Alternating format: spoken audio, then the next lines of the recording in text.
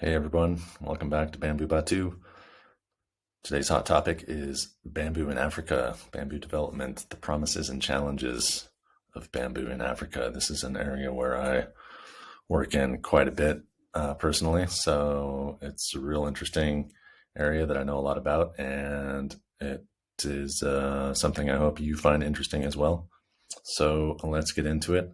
It's just going to be kind of a high level overview because there's lots of minutia we could delve into, but we're going to take a look at why bamboo is such a promising idea in Africa and some of the obstacles and hurdles that are in the way of developing more of a bamboo industry in Africa. So, for starters, Africa has about 6 million hectares of bamboo. That's a lot of bamboo. That's about 1/6 of the global supply of bamboo around the world. The largest areas of bamboo are in China, as you might guess, and India. But there is tons of bamboo in Africa, especially in Ethiopia, of all places. Not a lot of people would expect that, but there's a couple species of native bamboo in Ethiopia that are very prolific. And I think there's about 1.5 million hectares in Ethiopia alone. And Cameroon also has lots of bamboo. It's all over sub-Saharan Africa, from the west coast, Gambia, Ghana, around to Nigeria, down into the south in Zimbabwe and Zambia, and across to Kenya, Uganda, Rwanda. There's bamboo all over Africa. Check out your World Atlas and check out some more countries down there. But it's almost everywhere in sub-Saharan Africa, from the tropics to the savannas. So there is an enormous potential to be using that bamboo for all of bamboo's many uses, but it has been very underutilized. So let's take a look at some of the great benefits bamboo in Africa can offer. Land restoration is one of the key benefits of planting bamboo. Bamboo has minimal requirements from the soil, so it's pretty easy to plant, especially in degraded land that has been spoiled by landslides or pollution or flooding or any other number of man-made or natural catastrophes, which there are increasing numbers of because of either climate change or just reckless industrialization, oil industry, mining for minerals, etc. So bamboo doesn't need great soil. It establishes itself quickly, even in poor soil. So it makes a great pioneer crop where other trees and plants would have a hard time getting established. The strong roots of bamboo are really good at breaking into hard soil, as well as binding the soil together. Where the topsoil has been washed away, it can hold it together, preventing erosion. And as it does that, it can rebuild the topsoil by adding more nutrients into the soil, as the leaves fall from the plants, which the leaves continue to drop throughout the year. And as they break down and biodegrade into the soil, they add to the humus and the topsoil, and it can gradually restore the soil. At the same time, the roots of the bamboo will also draw water up and will raise the water table. Although bamboo is not super thirsty plant as far as plants go, it is relatively drought tolerant once it's established, although it does need water in the initial years while it's getting established. But once it's established, it doesn't require a lot of water, but the roots will help to draw the water up higher closer to the surface, and all these things will benefit other plants and make it easier for other plants to grow in those areas, because the topsoil is getting rebuilt, the soil is not getting washed away because the bamboo roots hold it together, preventing erosion and bringing water up, making that water available to other plants as well. And so it's an excellent choice of species for land restoration purposes. And it can also be mixed with other native trees in a reforestation project, or with annual crops, oftentimes in the first couple of years while you wait for your bamboo to get big and tall and strong. And before you can start harvesting it, in those first couple of years, you can plant other food crops in between in the in the rows in between. After about 4 or 5 years, you can't really do that anymore because the bamboo is going to be creating too much shade for most of your food crops. But people still mix certain things like ginger or turmeric, which do well in the shade. Those are great companion plants for bamboo. So great potential for land restoration with bamboo. One of the chief ways of utilizing bamboo in Africa is for bamboo charcoal. Charcoal is an easy thing to make. It doesn't require sophisticated factories and technology, for one thing. And charcoal is also very widely used in Africa for heating and cooking. So lots of trees get cut down just to make charcoal, and oftentimes those trees are logged illegally. They could be, old growth, hardwood, tropical trees, ironwood trees, mahogany trees, beautiful ancient trees like that are being cut down and just reduced to charcoal, which is a tragedy. And it's also done in a very primitive way, oftentimes, in a way that's not very efficient. That is, where you only get like something like 10% charcoal from a giant tree. Whereas if you have some halfway decent kilns for reducing your bamboo, you can get about 30%. 30%. So that is, if you put in 1 ton of bamboo biomass, you'll get about 300 kilograms of charcoal. So a 30% return, which doesn't require super sophisticated machinery, but some simple machinery will do that much better than the traditional methods where they just dig a hole and bury it and burn it and try to smother it to keep the oxygen out, which is basically the process to make charcoal. So by using bamboo instead of trees, you're protecting forests, you're preventing deforestation. Bamboo renews so quickly once it's established. You can be harvesting every year large quantities and cooking it down into charcoal and using that as a commodity for heating, for cooking, for bartering, for selling at the market. And it is a readily renewable resource. And it's also great for if you're already using the bamboo for construction purposes. You can use about half of the bamboo, the big thick culms, for construction, and then you have lots of small pieces, the tops and the branches, which are not going to be useful for construction, and those will be great. That material will be great to make into charcoal. So you're going to be using the entire plant, which is super efficient and something that we need to be doing more of to protect our planet from what's been going on. Being more efficient, that is, with our resources. So there's many benefits to using bamboo for charcoal. And also one more thing, biochar, which is basically the same as charcoal, but it's like a ground up powdered form of charcoal. And it's added to the soil, mixed with compost and added to the soil like a fertilizer. And it is an amazing fertilizer.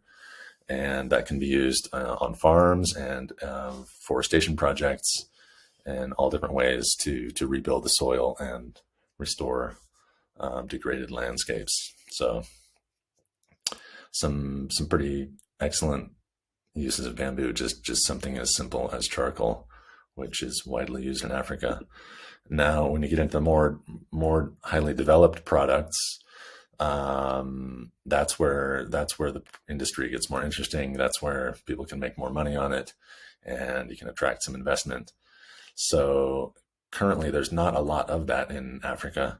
Most of the industry is something like this picture here, bamboo furniture, where it's just handcraft,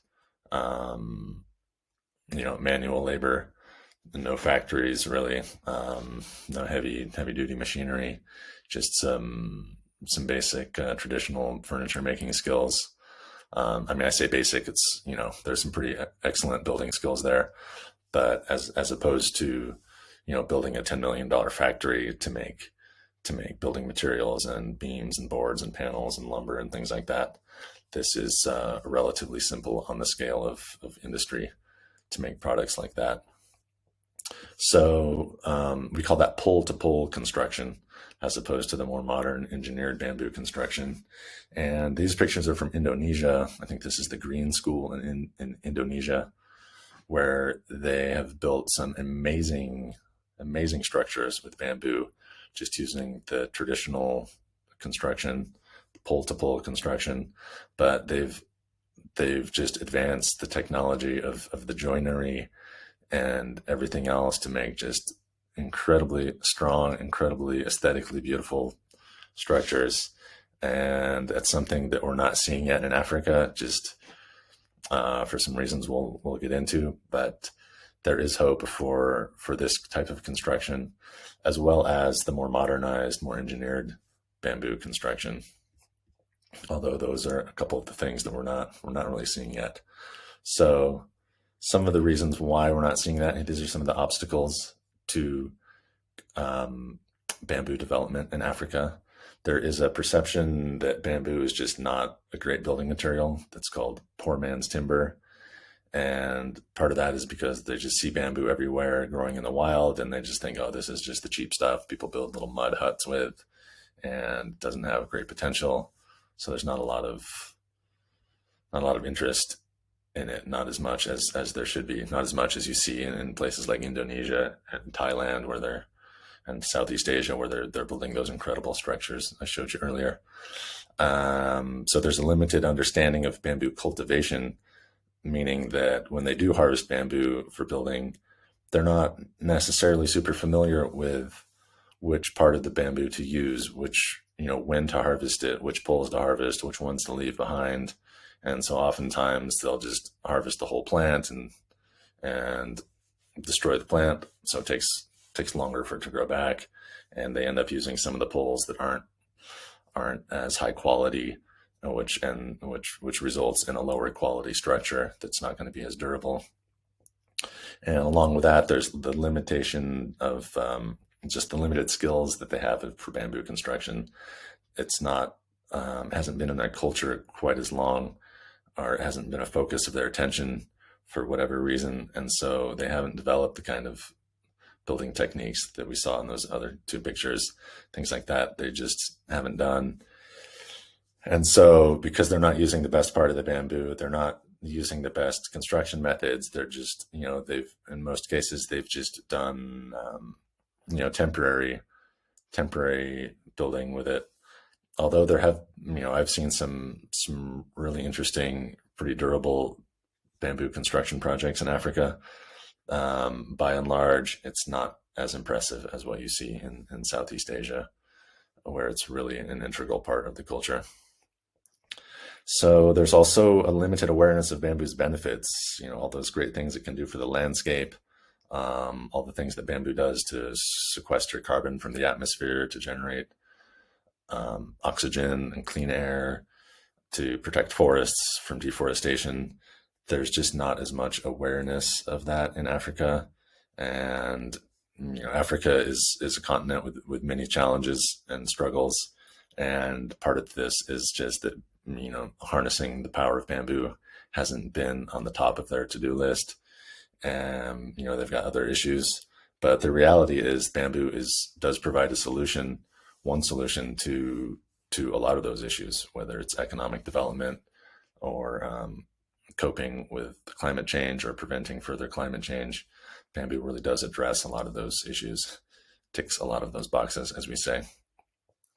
So finally, the lack of support and public support, public funding for bamboo cultivation or bamboo construction or bamboo industrialization. It's just not something we see a lot of. Standards for building with bamboo aren't really there.